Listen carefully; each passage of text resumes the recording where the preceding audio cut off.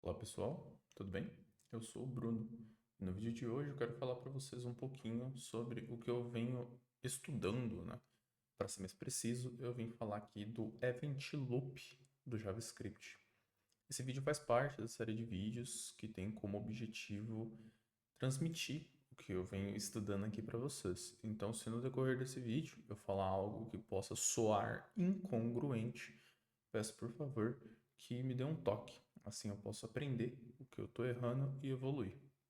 Bom, para a gente entender sobre o Event Loop tanto do JavaScript quanto do Node.js, que tem o mesmo conceito, eu vou acabar tendo que falar sobre algumas outras coisas tão importantes quanto a call stack, web APIs, dois tipos diferentes de queue até chegarmos no Event Loop.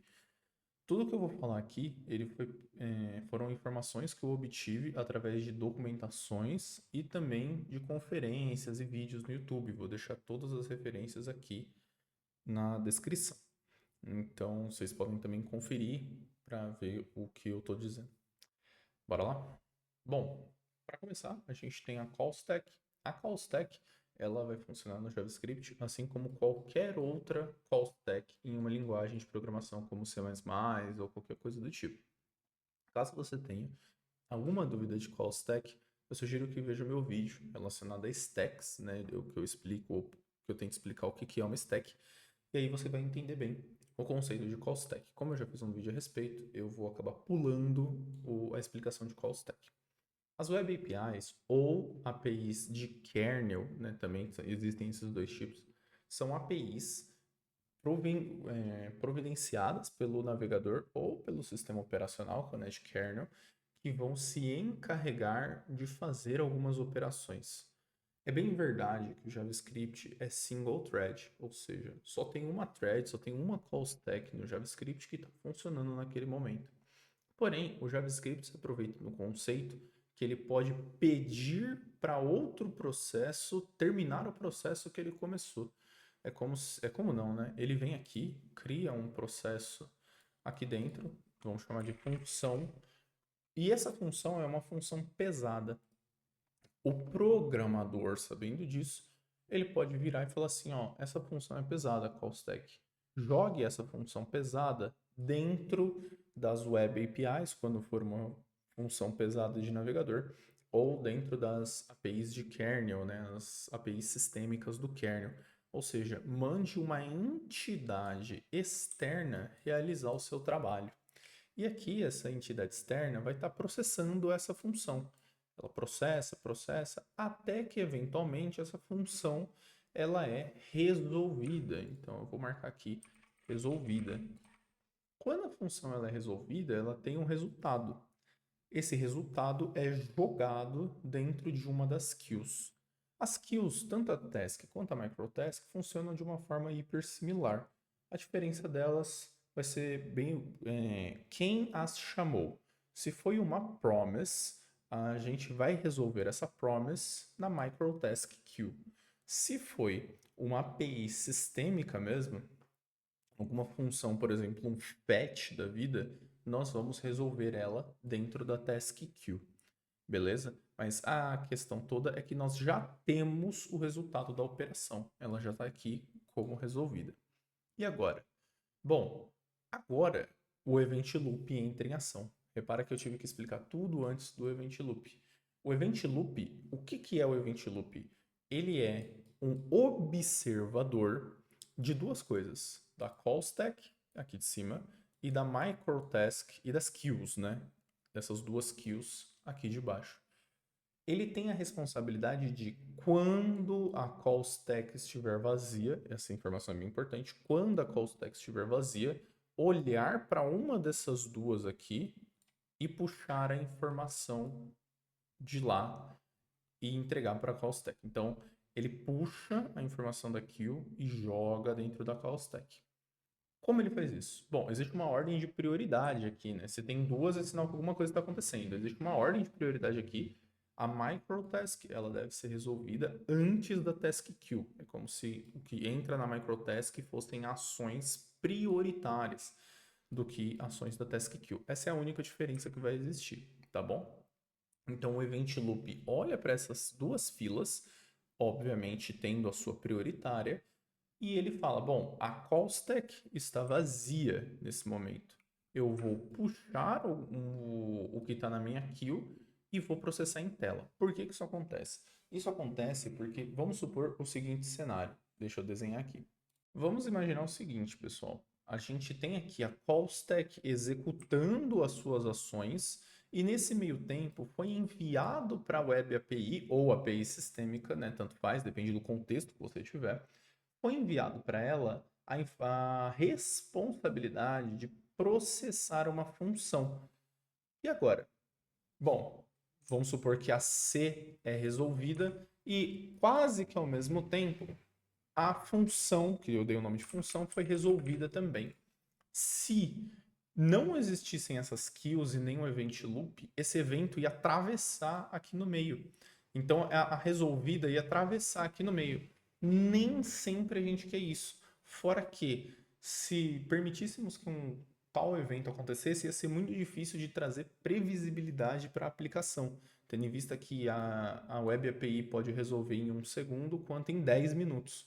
Né? Depende da ação do usuário, eu já vou mostrar para vocês. Então, é por isso, né, com esse intuito, que nós temos as filas, obviamente cada uma com sua prioridade.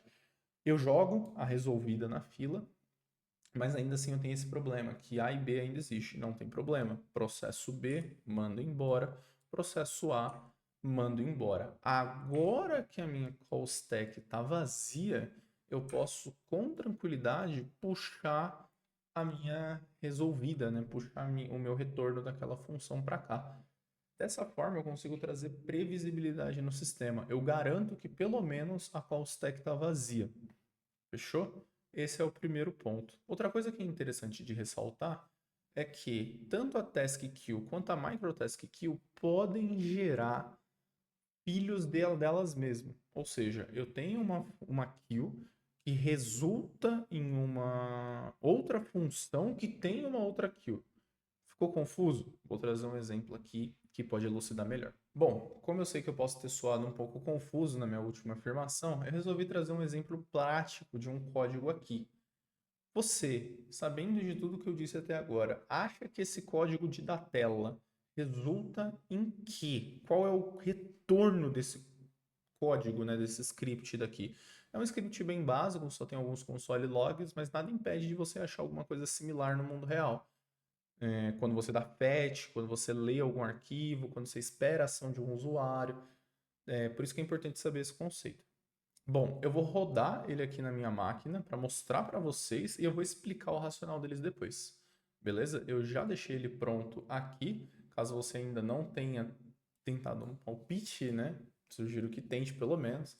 Mas, caso você tenha palpitado 5, 1, 3, 4 e 2, você acertou. Mas por que isso acontece? E agora eu vou mostrar aqui no código. Para facilitar, eu vou usar essa barra verde aqui para mostrar o trecho do código que eu estou. Então, onde essa barra verde estiver, eu estou simulando o ponteiro de leitura de um JavaScript, né, que seria lido. Beleza, então o meu código ele começa com uma promise que vai ser resolvida instantaneamente. Eu tenho um then aqui depois. Então deixa eu pegar aqui o... Opa, deixa eu pegar meu código aqui. Eu tenho o meu then. E o meu then, ele é uma coisa que é assíncrona, né? Ele é uma operação assíncrona.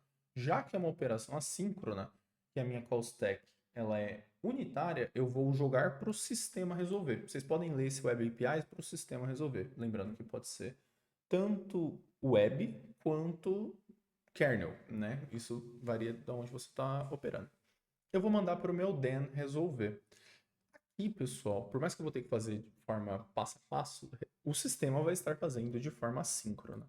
Beleza? Então, o sistema está fazendo de forma assíncrona. Para facilitar minha vida, eu vou falar que ele já resolveu. E ele resolveu em console log 1. Reparem, o meu then, ele retorna uma função. O símbolo, né, de função, isso aqui é uma função anônima. Isso aqui, ó. Opa, foi mal. Isso aqui é um símbolo de função anônima do JavaScript. Então ele retorna para mim uma função anônima. E ele já resolveu. Como ele resolveu no then, eu sou obrigado a jogar ele na microtask. Fechou? Mas, como eu falei para vocês, o código vai acontecendo ali em paralelo. Então, eu fiz aqui, mas o ponteiro já estaria mexendo aqui para baixo. Opa, eu tenho que dar um set timeout. Vamos lá, vamos dar o set timeout. O timeout, ele vai entrar na call stack que vai vir para cá. Ponto importante.